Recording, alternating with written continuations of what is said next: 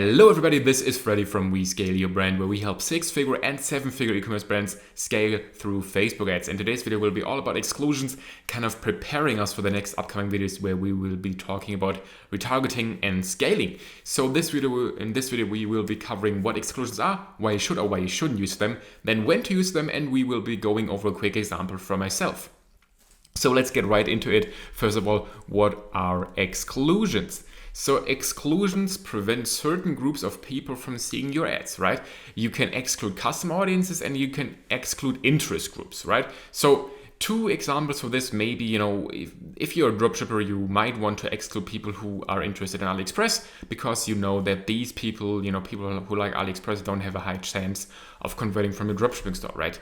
Then in another instance, maybe where you have a separate retargeting campaign, retargeting people who have added to cart in the last 14 days, you probably want to exclude those in your top of the funnel audiences so that there are no audience overlaps, right? So this is basically the simple concept of what exclusions are and what their job is, right? They exclude certain people from seeing your ads. So now let's get into the part of why you shouldn't maybe use them, or why you should or where you should use them. So to understand this, first of all, we have to understand that Facebook will do the retargeting for us, right? If you don't have any exclusions, Facebook will retarget automatically kind of for you. And this is also why your frequency is never 1. So if you go to your top of the funnel audience, you will notice that your frequency or even daily frequency is never 1. It's always like 1.1, 1.05, 1.06, something around that. The broader the audience, the lower the frequency if you have tight exclusions. If you have no exclusions, your frequency tends to shoot up faster, right? So now that we've understood the basic concept that Facebook will do the retargeting for us, we can also understand why placing exclusions may not be beneficial for us, right? Because if Facebook does the retargeting for us, excluding those people from our top of the funnel audience or top of the funnel campaign places constraints on the system, right? Because if you exclude those people, Facebook can't retarget them anymore in their own way.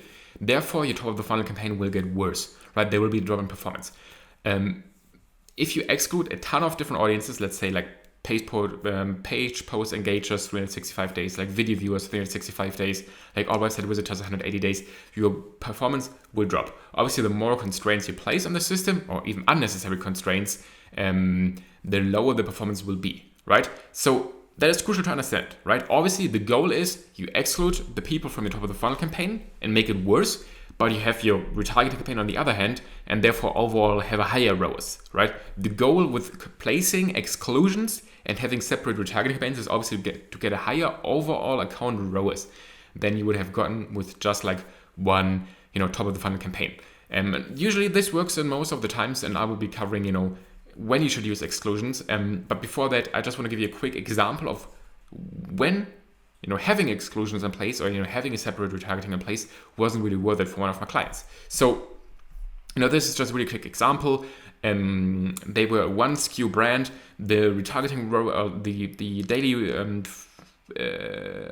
ad spend is not really accurate, and the ROAS is also not 100% accurate, but something like this happened to me, and in the end we were having a better ROAS with running one campaign. But let's go over that now. So when we came in, they were running two campaigns, one retargeting, one top of the funnel. Again, super simple, one SKU account, one SKU brand, and their top of the funnel campaign was running at like $270 per day at a 1.8x ROAS, right? And then their retargeting campaign was running $30 per day at a 2.5x ROAS. So 10% for retargeting, 90% for top of the funnel, right? And how the overall account system looked like, 0.1 times 1.8 for the ROAS is this, and then 0.1 times 2.5, because 10% of the ad spend goes to 2.5 ROAS, is this, and then in the end we had a 1.87 ROAS. So the account ROAS was a 1.87, right? So what we did is we kind of consolidated this and put it all into one campaign with no exclusions at all, right? Right now we are running, 90% of the budget goes to one ad set, and in there we have like one ad only.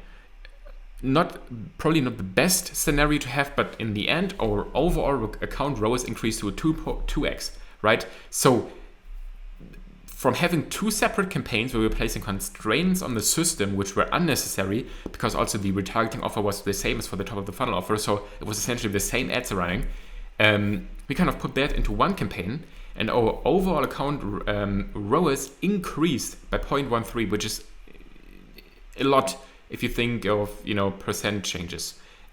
So in this example, whereas where we would have no exclusions, 2x rows top of the funnel, and if we were using exclusions, we're getting 1.8x rows. So in order for our exclusions to be worth it, we would need at least a 4x for our retargeting to get the same or to get better rows than with no exclusions, right? So you have to understand that if you want to use exclusions, you need to calculate, or you need to obviously test it out and then see if the drop and top of the funnel performance is worth it to have the separate retargeting campaign running. Most of the time it is, no doubt about that, but in some instances, especially at low budgets, it can very well be worth it to simply have one campaign running, one scaling campaign running versus, one scaling campaign and one retargeting campaign.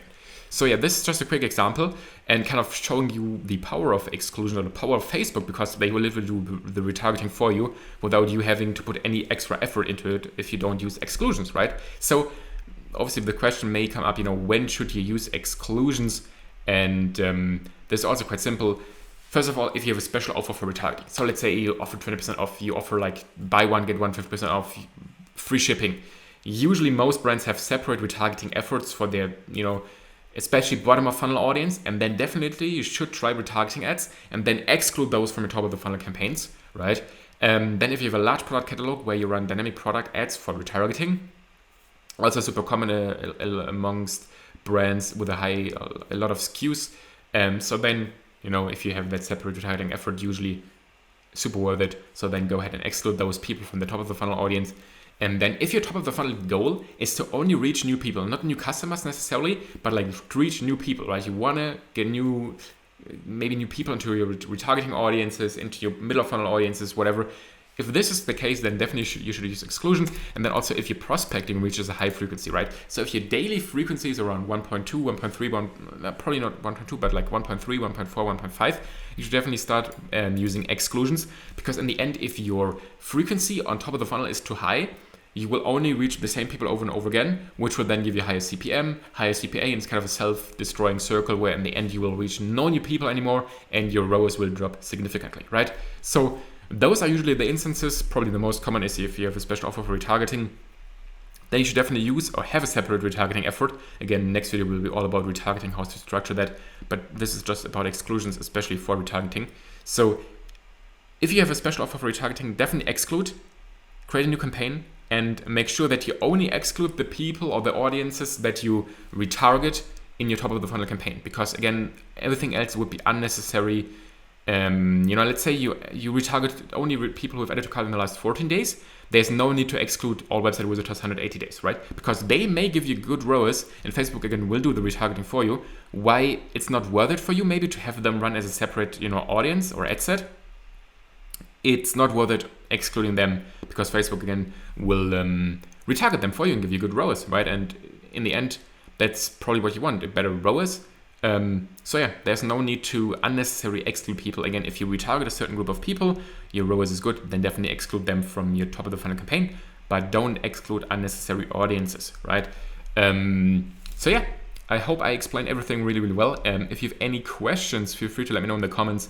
And again, to sum this up, exclusions prevent certain groups of people from seeing your ads. Why exclusions may not be good is because Facebook does the retargeting for you. So if you exclude people, you put a constraint on the system. Therefore, your top of the funnel campaign will get worse in performance. When you should use exclusions is if you have a special offer for retargeting, if you have a large product catalog, if your goal is to get new impressions, get new customers, and then if your prospecting reaches higher frequencies of daily around 1.2, 1.3, 1.4, 1.5.